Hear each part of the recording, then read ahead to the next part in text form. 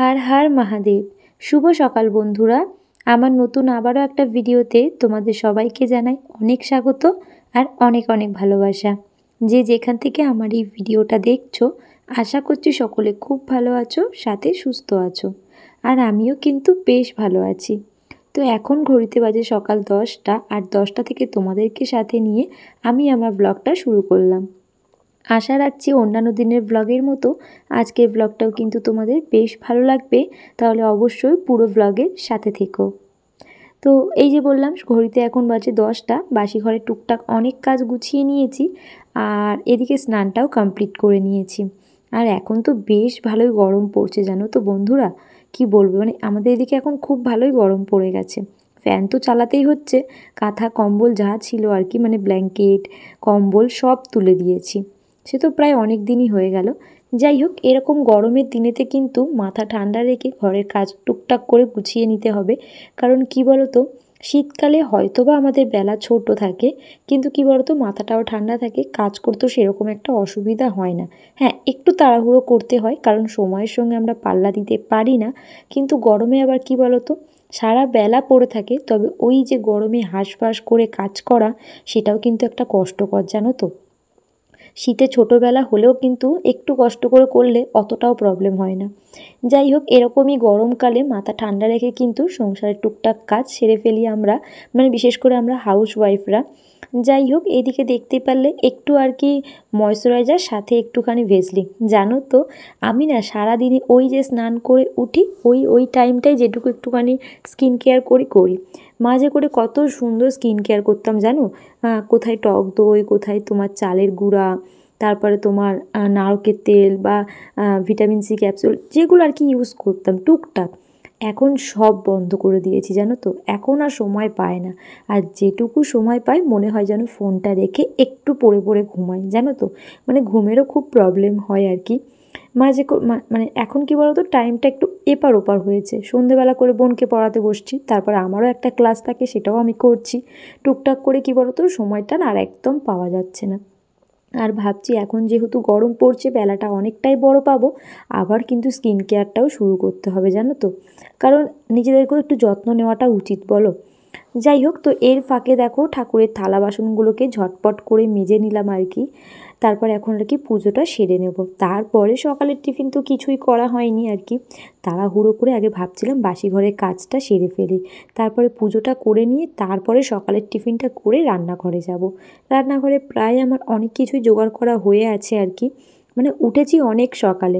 তবে জানো তো আজকে কি হয়েছে, উঠে আর ফোনটায় হাত দিয়েছি। আর আমি দেখেছি যখনই আমি ঘুম দিয়ে উঠে ফোনে হাত দিই তখন না আমার সব কাজ একটু দেরি হয়ে যায়। কারণ ফোনে এই ফেসবুক বলো বা ইউটিউব বলো, যারা বিশেষ করে আমরা ইউটিউব করে থাকি, একটু হলেও আমরা ইউটিউব স্টুডিওতে সকালে করে ঢুকি। তবে জানো তো মাঝে করে এই অভ্যাসটাকে পুরো সরিয়ে ফেলেছিলাম, যে না ঘুম দিয়ে উঠে আগে ফোন নয়, আগে সমস্ত কাজকর্ম সেরে ব্লগ করে একদম দিন শেষে মানে সমস্ত কাজ সারার পর ফোনটা হাতে নেব। তবে এই দুদিন কালকেও তাই করেছি, আজকেও তাই করেছি। উঠেই আগে ফোনটা হাতে দিচ্ছি, প্রায় আধ ঘন্টা সময় মতো আমার ফোনেই চলে যাচ্ছে জানো তো, যেটা কিন্তু একদমই উচিত নয়। সকালের ওইটুকু সময়ও তো নষ্ট হচ্ছে বলো। যাই হোক, তার ফাঁকে কী করলাম, ফোন টোন ঘেঁটে কালকে থেকে ভাবছি আর ফোনটা হাত দেবো না। আর এই যে দেখো একটু ফুলকপি ভাজা বসিয়েছি, তো এদিকে ফুলকপি ভাজাটা হয়ে গেছে, সাথে করব সোয়াবিন তরকারি। তো তার মতো দেখো আলু ফালু সব কেটে রেখেছি, সোয়াবিনটাকেও জলে ভিজিয়ে রেখে দিয়েছি আর কি। ছোটো সোয়াবিন করতে আমার বেশ ভালো লাগে, তবে বড় যে সোয়াবিনগুলো হয় মানে বড় দানার সোয়াবিনগুলো, ওটা আমার খুব একটা খাস লাগে না জানো তো। তবে ছোটো সোয়াবিন যখন করি একদম বিশেষ করে হয় সোমবার দিনে আমাদের ঘরে সোয়াবিন তরকারি, খুব বেশি হলে সোমবার করেই হয়, যেহেতু নিরামিষ থাকে তাই জিরে বাটা আদা বাটা দিয়ে ওটাই একদম করে ফেলি। তো যাই হোক, ওদিকে দেখো সোয়াবিন তরকারি বসিয়েছি আর তোমাদের সঙ্গে রেসিপিটা শেয়ার করলাম না। আর ওদিকে ফুলকপি আলু ভাজাটাও হয়ে গেছে। আর এর ফাঁকে দেখো এক ঝুড়ি বাসন নিয়ে আমি বসে গেছি আর কি, সব আর কি থাকে রাখতে হবে। অনেক বাসন হয়েছে, ভাবছি বেশি বাসন রাখবো না, দুটো মানুষের সংসার তো, বেশি বাসন রেখেও লাভ হবে না, তাই ভাবছি কিছু বাসন আবার ওপরে তুলে দেবো, এত বাসন ইউজ করেও লাভ নেই। সেই জন্যে আবার 2-3টে না 4টে মতো আমি প্লেট বের করেছি শোকেস থেকে। এই যে দেখলে সাদা প্লেটগুলো, এই প্লেটগুলো বের করেছি খাওয়ার জন্য, জানো তো একদম শোকেসে পড়ে রয়েছে। আর আমার না প্লেটে ভাত খেতে বেশ ভালো লাগে, তো ভেবেছিলাম ফাইবারের কয়েকটা প্লেট কিনে নেব, তবে দেখলাম ঘরে আছে তাই আর কিনবো না। যাই হোক, তো এদিকে দেখো সমস্ত থালা বাসনগুলোকে জায়গা মতো রেখে দিয়েছি। আর এখন এই যে ছোট বাটি, গ্লাস, তারপর তোমার ওই যে চামচ, যা যা থাকে আর কি, সেগুলোকে এখন জায়গা মতো রেখে দিচ্ছে আর কি। তো সমস্তটা সব জায়গা মতো রেখে এই যে এটাকে ফাঁকা করব, কারণ রান্নার পর আরও বাসন থালা পড়বে, সেগুলোকে মেজে আবার এই ঝুড়িতেই আমাকে রাখতে হবে। তাই ভাবলাম আগের দিনের বাসনগুলোকে গুছিয়ে গাছিয়ে সব সরিয়ে রাখি, তাহলে ঝুড়িটা ফাঁকা হলে আমারই একটু সুবিধা হবে আর কি। যাই হোক, এদিকে দেখো কত রকম চামচ ছিল, সব চামচ আমি এখানেই রেখে দিয়েছি।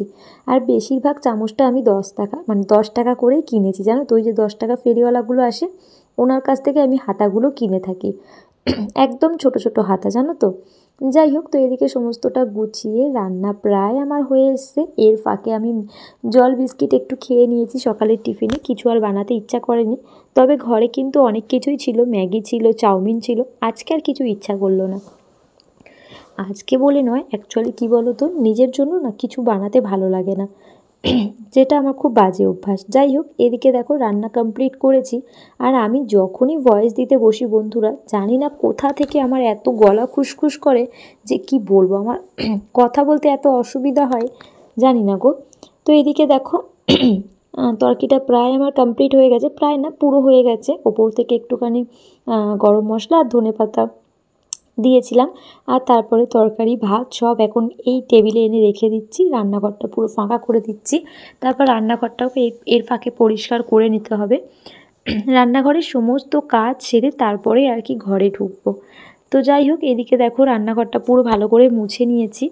আর এই যে এখন ঘরটাকে ভালো করে ঝাড় দিয়ে নিচ্ছি। ওদিকে আমার ঘর বারান্দা সব পরিষ্কার আছে, ওদিকেরগুলো আর কিছু করতে হবে না, একেবারে বিকেলবেলা ঘরটা ঝাড় দিয়ে মুছবো। যাই হোক, তো এদিকে খুব ভালো করে রান্নাঘরটা ক্লিন করে, আর ওই কড়া, খুন্তি, গামলি, থালা 2-1টা পড়েছে, সেগুলোকে একটু মাজা ধোয়া করে নেবো, ব্যাস রান্নাঘর থেকে আপাততর জন্য আমার ছুটি। যাই হোক, তো চলো এদিকেরগুলোকে গুছিয়ে নিই। এইদিকে ভালো বলতে হয় যে ঘরের কাজ আমার একদম গোছানো রয়েছে। আর ঘরের কাজ বলতে এই কাজটাই পড়েছে, মানে জামা কাপড়, প্রায় অনেক জামা কাপড় পড়েছে একসঙ্গে, দেখো সেগুলোকে ভাঁজ করে নিচ্ছি। আর এগুলোকে ভাঁজ করে এখন আপাতত জায়গা মতো রাখবো, বিকেলে তো আবার গাছে জল দেওয়া, সন্ধ্যের টিফিন জানোই তো তোমরা কম বেশি। তো ভাবলাম যে না, এই কাজগুলোকে ফেলে রাখবো না। আর এখন আমি চেষ্টা করি জামা কাপড়গুলোকে ভাঁজ করে জায়গা মতো রেখে দেওয়া। তবে জানো তো সকালে খুব একটা শরীর আমার দেয় না, তবুও করতে হয় গো, নয়তো সেই বিকেলে আমার এক গাদা কাজ নিয়ে বসতে হয়। তো ভাবি যে একটু খেয়ে দিয়ে নিয়ে ঘুমিয়ে নিয়ে তারপরে বিকেলবেলা কাজ করব। এবার বিকেলবেলা যখন এত কাজ পড়ে তখন আর বুঝতে পারি না কোনটা ছেড়ে কোনটা করব। ওই জন্য জামা কাপড়টা দুপুরে গুছিয়ে নিচ্ছি, তবে সব সময় হয় না, কখনো কখনো সন্ধেবেলার পর গোছায়, মানে সন্ধে আরতি দেওয়ার পর। যাই হোক, আপাতত ব্লগটা এখানে এন্ড করলাম, আপাতত না পুরোপুরির জন্য। চলো তোমাদের পুরো ব্লগটা মিলিয়ে কেমন লাগলো অবশ্যই কমেন্টে জানিও। দেখা হচ্ছে নেক্সট ব্লগে বিকেল 5টায়। টাটা।